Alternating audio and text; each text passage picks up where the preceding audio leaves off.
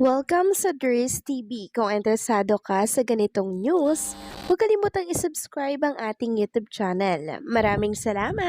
Welcome back again sa ating YouTube channel mga kakimpaw, and sa update natin ito ang pag-uusapan natin ay tungkol sa mga importanteng kaganapan kina Kim and syempre kay Paula Avellino. Pero bago po ang lahat, maraming salamat sa inyong patuloy na pagsuporta at pagsubaybay sa mga daily update natin. Kaya naman bilang pasasalamat, narito po ang isang napili kong komento patungkol ito sa naging previous update. Mula ito kay Ginang Norma Dayag. Sabi niya, "Good evening, Dres. Maybe super happy tayong lahat ng KP fans kasi yung dalawa ay nagbe-vacation sa isang lugar wherein they enjoy only the ambience of the scenery. Ganyan ugali ni Kimi na todo siyang magmahal. At sana ay si Paulo naman ay mas matindi pa sa pagmamahal ni Kimi. Hoping that Paulo is true to you, Kimi, and his love for you is not for publicity only, but for the better and forever until such time.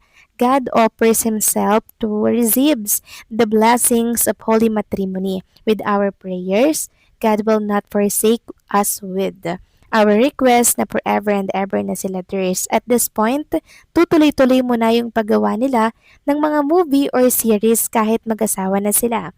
Love na love ko, KP. God bless them both." Maraming salamat po sa inyong komento, Ginang Norma Dayag. So wag po kayong mag-alala sa pagmamahal ni Paula Avellino na pinapakita niya po sa atin para kay Chinita Princess. Kasi ako mga kakimpaw, ramdam ko po talaga yung caring, yung concern ni Paula Avellino. And also, kung gusto po ni Paulo ng publicity, 'di ba? Ipapakita niya po sa public kung gaano sila ka-sweet, 'di ba? Pero hindi mga kakimpaw eh. Sinisikreto nga po nila yun mga kakimpaw eh.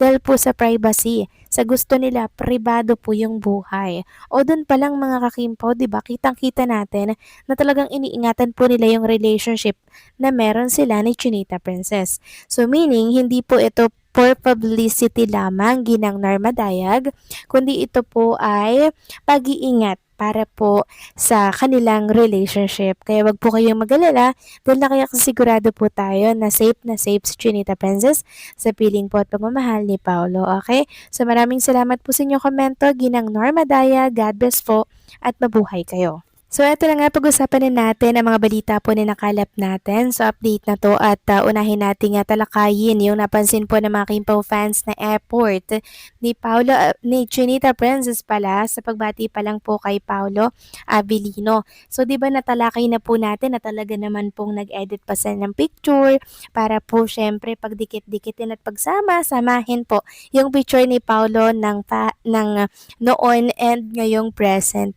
Then sabi nga po ng isang fans ex, "She's really putting effort into her greetings for her tandem partner. That's just how she shows love to her tandem partner.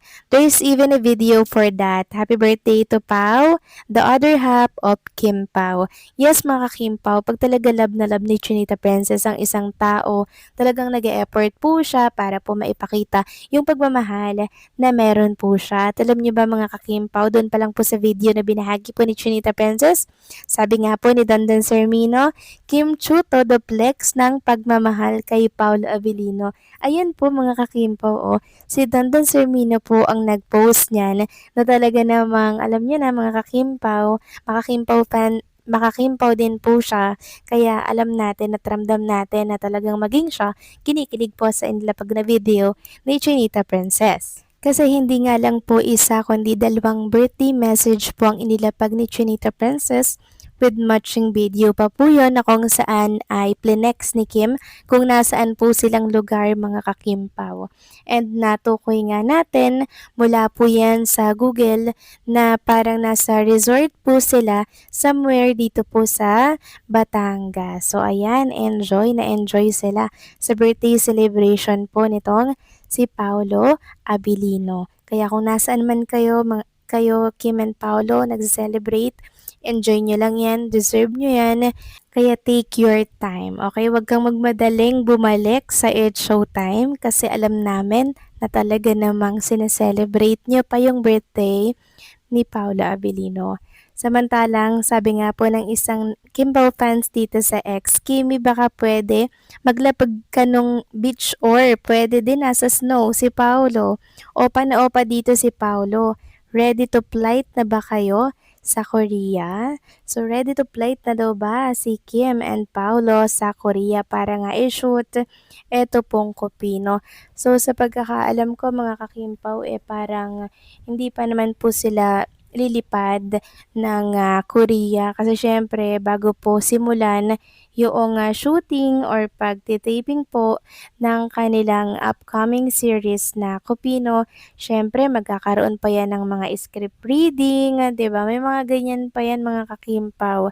Tapos mukhang dito magsisimula yung eksena tapos, tsaka nila isusunod sa kalagitnaan siguro ng shooting nila ipapasok yoong Korea. Siguro mga panglaslas na yun mga kakimpaw, no? Well, tingnan na lang din po natin kung paano ba yung magiging setup ng kanilang shooting dyan po sa Korea. Kasi hindi naman po yung kabuuan ng kanilang series ay sa Korea isushoot eh. Sabi kasi doon, may part lamang po ng eksena na doon isushoot sa Korea. Ibig sabihin, konting mga eksena lang yon pero mostly dito sa Pilipinas, yung mga iba pang mga eksena, mostly dito kuha yan sa Pilipinas. Kaya medyo hindi pa yan ngayon pupunta sa Korea. Okay? Dito muna yan magmumula sa Pilipinas ang shooting. Samantalang next topic naman, talakayin naman natin mga kakimpo ang katahimikan ngayon ni Kim and syempre ni Paolo Avellino. Maraming nagtataka at nagtatanong na sure po ba talaga yung na lumabas dito sa Google na kung saan ay base nga po sa Google itong video ni Paula Avellino na pinost si Chinita Princess ay located in Nasugbu, Batangas, Philippines. So ayan po mga kakimpaw, ipaplex ko na lamang din po sa mga screen po ninyo na based on the selected region, this appears to be the entrance area daw of a resort located in Nasugbu, Batangas, Philippines. So the structure shown features large pillars and modern lighting consistent with the resort hotel lobby or driveway.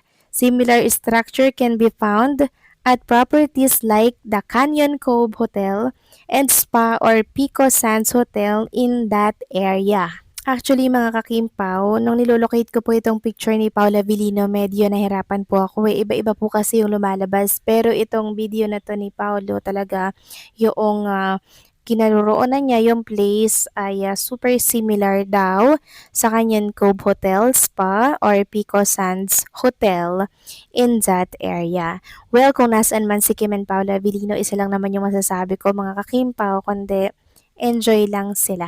So paano mga kakimpaw, hanggang dito na lamang po ang update natin. Maraming salamat po sa inyong patuloy na pagsuporta.